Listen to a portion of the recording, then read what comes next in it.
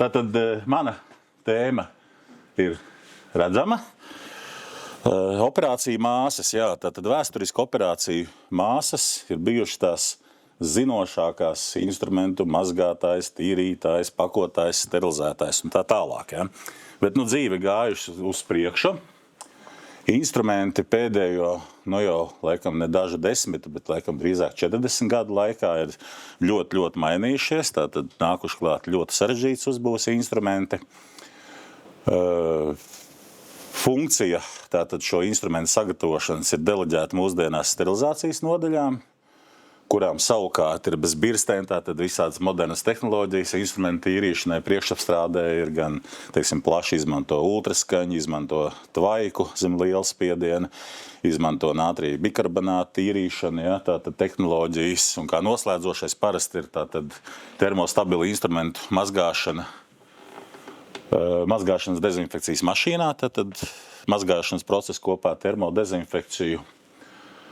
Un es domāju, kāpēc gan nepastāstīt jums par to, kā mēs Remedina redzam šo procesu uzraudzību, kā būtu jābūt, lai jūs zināt tiešām, ka šīs medicīnas ierīces ir tīras. Ja es saku mēs Remedina, kā mēs to redzam, es varu domāt plašāk, kā to redz vācu kompānija GKE, kas ir tātad dažādi šo pārapstrādes procesu izstrādātāji un attiecīgi arī atbilstoši indikātoru ražotāji. Ja? Tas tā ievadam. Tā, te nekas man nestrādā, protams. Tas ir normāli.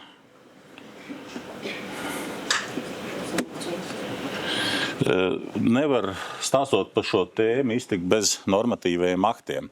Tātad pilnā spēkā ir medicīnas ierīču direktīva, visi pat tādi ir dzirdējuši, tātad tas ir normatīvais akts, jo saskaņā Eiropas, ja tā var teikt, noteikumiem, šī direktīva ir spēkā visās dalību valstīs, sākot no tās pieņemšanas brīža. Un ko tad nosaka šī regula? Viņi saka, kad ierīcēm jābūt drošām atkārtotai lietošanai, tas ir viens. Un kā tad to panākt? Direktīva saka, tātad pirmkārt, jūsu tātad pārapstrādātāji rokās jābūt ir ražotāju izsniegtām pārapstrādes instrukcijām, tātad valdētām pārapstrādes instrukcijām, kur ražotājs ir apliecinājis, ka tas to var darīt un tas tā notiek. Tas ir viens. Otrs, procesiem ir tātad jābūt pierādāmi efektīviem. Regula nevienā brīdī, nevienā vārdā nepiemina nekādus indikātorus, ja, tur par citām lietām daudz tiek runāts, ja, bet ja mēs skatāmies šo tekstu pierādāmi efektīviem, tātad kā tad mēs varam pierādīt? Mēs varam saglabāt kaut kādas izdrukas, un acīm redzot, tomēr kaut kas mums ir vajadzīgs, kaut kādi testi, kaut kādi indikātori, kas apliecina, ka tātad šis process ir bijis pierādāmi efektīvs. Ja? Tas ir par regulu, laikam par regulu arī attiecībā uz tīrīšanu vairāk īpaši, ko teikt nav. Varam iet tālāk. Nākošais mums ir tāds smuks standarts, Eiropas starptautiskais standarts 15.8.8.3 pirmā daļa. Tātad mazgāšanas dezinfekcijas mašīnas, vispārīgas prasības, termiņi, definīcijas un testi. Ja? Var daudz teikt standarts. Kas standarts? Standarta piemērošana nav obligāta. Standarta vispār no mācību līdzeklis, ja, lai viņam strādāt, jābūt profesionālām zināšanām un tā tālāk. Ja? Bet ir viena lieta. Šis standarts ir harmonizēts ar Eiropas Savienības regulējumu attiecībā uz medicīnas ierīcēm. Tātad šajā gadījumā jau tātad šīs prasības, kas izvirzītas standartā, ir praktiski var teikt, ka viņas ir obligātas. Ko saka standarts par procesu uzraudzību? Tīrīšanas efektivitāte ir jāpārbauda, izmantojot testēšanas netīrumus. Tātad test soils saucamie ir. Jā, tātad tas ir viens, kas standartā teikts. Otrs. Mazgāšanas fāzē jākontrolē rezultāts. Tātad šo netīrumu noņemšana, nevis jāveic procesu parametru kontroli. Tātad te nav tā kā sterilizācijā, mēs kontrolējam temperatūru, laiku, piesātināt tvaiku klātbūtni, ja runa par tvaiku procesiem, tad mums jākontrolē rezultāts. Iesim tālāk. Nākošais. Standartā aprakstīt vairāk kā 20 testa netīrumi, kas eksistē tātad cilvēku medicīnā. Tur ir asinis, urīna, neskaitīšu, viss tiešām ārkārtīgi daudz. Ko uzreiz var pateikt, tātad mazgāšanas process savā būtībā ir daudz sarežģītāks nekā sterilizācijas process. Sterilizācijas procesā praktiski, kas mums jāizdara, mums jāpierāda Geobacillus stereotehermophilus sporu iznīcināšana. Tās ir references sporas, uz kurām balstam vajag sterilizācijas procesu. Tātad šeit mums ir 20 testi netīrumi. Standarts nesaka, kurš konkrēti mums būtu jāizmanto. Ja? Tātad mēs viņus izmantojam, bet kuru mēs izmantojam, standarts nepasaka. Nosaka tikai to, ka mums būtu jāizvēlās piemērotāko. Kurš piemērotākais, pagaidām mēs to nezinām. Standarts nesaka arī pielietojuma biežumu. Ja, tātad, te es gribu vēl pieminēt, protams, ja, tātad pārstrādātāju rīcībā parasti mēdz būt arī citi testi, mēdz būt proteīna atlieku testi, azopirēm, pros un tā tālāk. Tā joprojām dažādas, kas būtībā nav sliktas, tikai arī jādomā tās pielietojot, ko tad šīs provas uzrāda. Ja? Jo, ja mēs, mēģinam noteikt rezultātu pēc termodezinfekcijas, tad ir jautājums, ja mēs bakstamies tur kaut kādu tā saucamo sterilo kociņu, vai vispār mēs kaut ko paņemam no šie instrumenti. Ja? Jo iespējams ir fiksācija tāda pēc šiem 93 grādiem, ka mēs nevaram fiziski paņemt neko. Ja?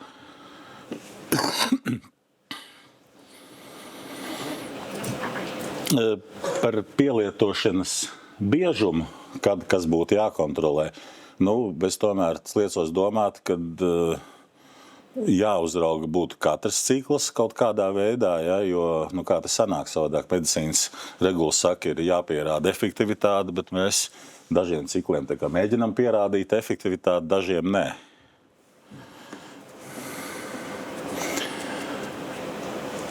Tālāk tātad, ko es... tātad šo es pastāstīju, cik bieži mēs varētu kontrolēt. Iesim uz priekšu jautājums, kas ir tīrs? Vai kāds no zālē sēdošiem var pateikt, kas ir tīrs man? Kā kuram? Kā kuram? Tas ir tā ļoti subjektīvi, vai ne? Patiesībā, jā? To, ko nav bail nolaizīt. Šo es dzirdēju, starp citu, pirmo reizi es zinu autoru šī teksta apmēram 15-16 gadus atpakaļ. Ja es vēl neko nesapratu, nemācēju šeit, zinu. Okay, piedāvājums tāds bija, izskanēja, ir tīrs, nolaizi. Nē, nepiedāvāja laizīt neko. Okay, šeit. Bet par tīrību tiešām ir tā, ka, pēc kārtas, tātad, kā mēs parasti nosakām tīrību? Mēs skatāmies. Kā mēs skatāmies, ar ko mēs skatāmies? Skatāmies ar acīm, protams. Ja? Par sevi sakot, godīgi, es pirms 10 gadiem daudz vairāk varēju saskatīt, diemžēl, nekā šodien. Redzi mainījusies. Ja? Tātad ir brilles vai nav brilles, kādu redzi mēs skatāmies, meklējam atrast kaut kādus šos netīrumus. Ja? Nākošais, varbūt mēs izmantojam palielināmo stiklu, jo skatoties, te ir viss ok, pieņemsim, ja? Skatāmies caur lupu, to nav tīrs izrādās, vai ne? Pēc tam nākošais solis, kādā apgaismojumā mēs skatāmies. Tas viss kopā, tātad ārkārtīgi subjektīvs ir šis tīrības noteikšanas process, vai ne?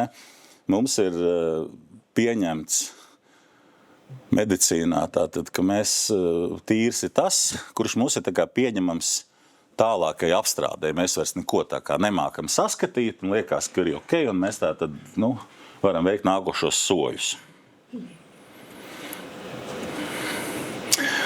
Un ārkārtīgi būtiski, tātad tīrs pasaulē neeksistē definīcijas, neviens nav mācējis līdz šim uzrakstīt, tātad, kas ir tīrs, tātad paliek tikai šis subjektīvais.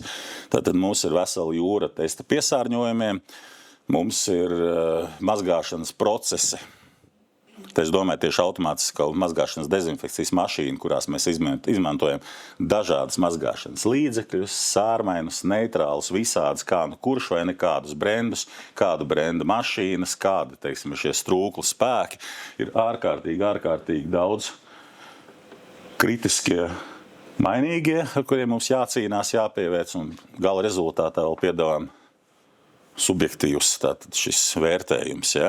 Tā kā prasītos vēl pēc kaut kādas uzraudzības. Jautājums tāds interesants. Vai iespējams visus tīrīšanas procesus kontrolēt ar vienu un to pašu indikātoru? Ņemot vērā to, ko es teicu iepriekš, vai var būt kāds universāls indikators? Kā jums šķiet?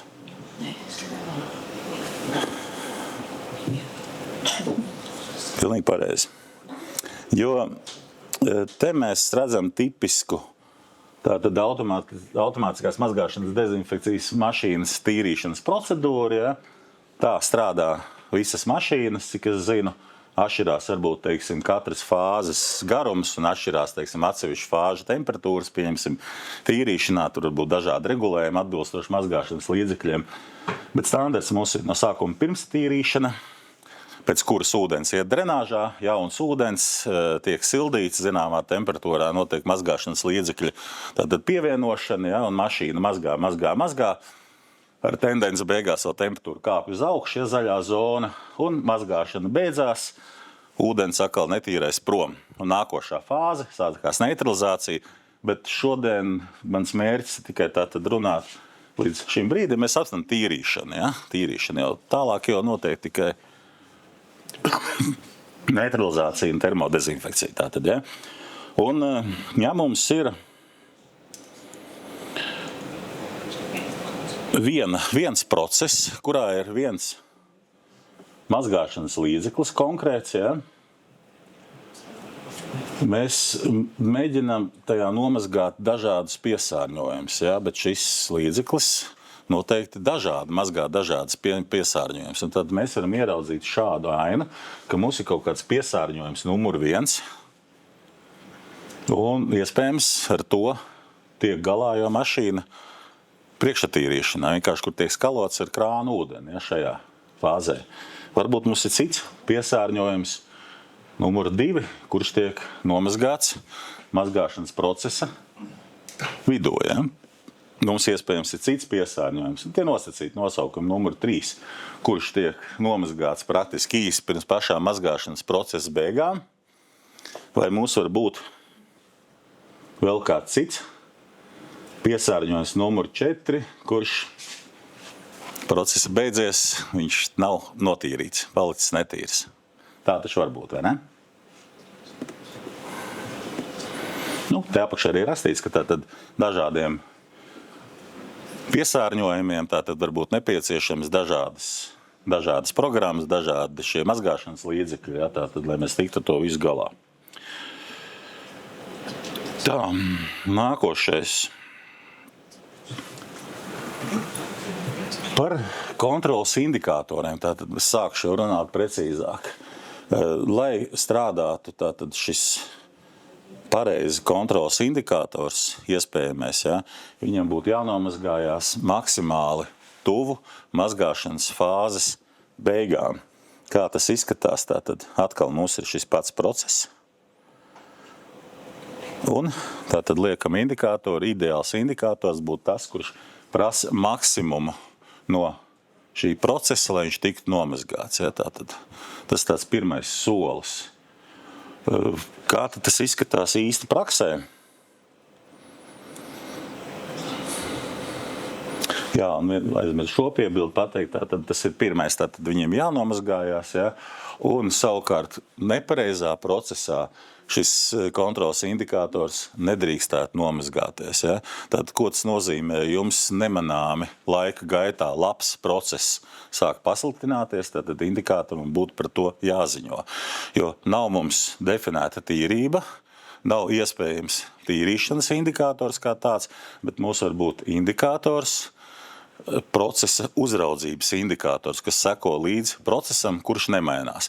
Te jāsaprot, tu esi pilnīgi kājām gaisā nekā sterilizācija, jo no sākuma mums jābūt ir mazgāšanas procesam, kur atbilstība ir pierādīta. Tātad mēs zinām, ka šis process nomazgā mūsu ielādi, ka mēs esam izpētījuši visu šo ielādi, ņemot vērā iepriekš minētos šos visas subjektīvās iespējas, ar brillēm, bez brillēm, lupām, mēs zinām, ka šī ielāde ir tiešām tīra. Ja?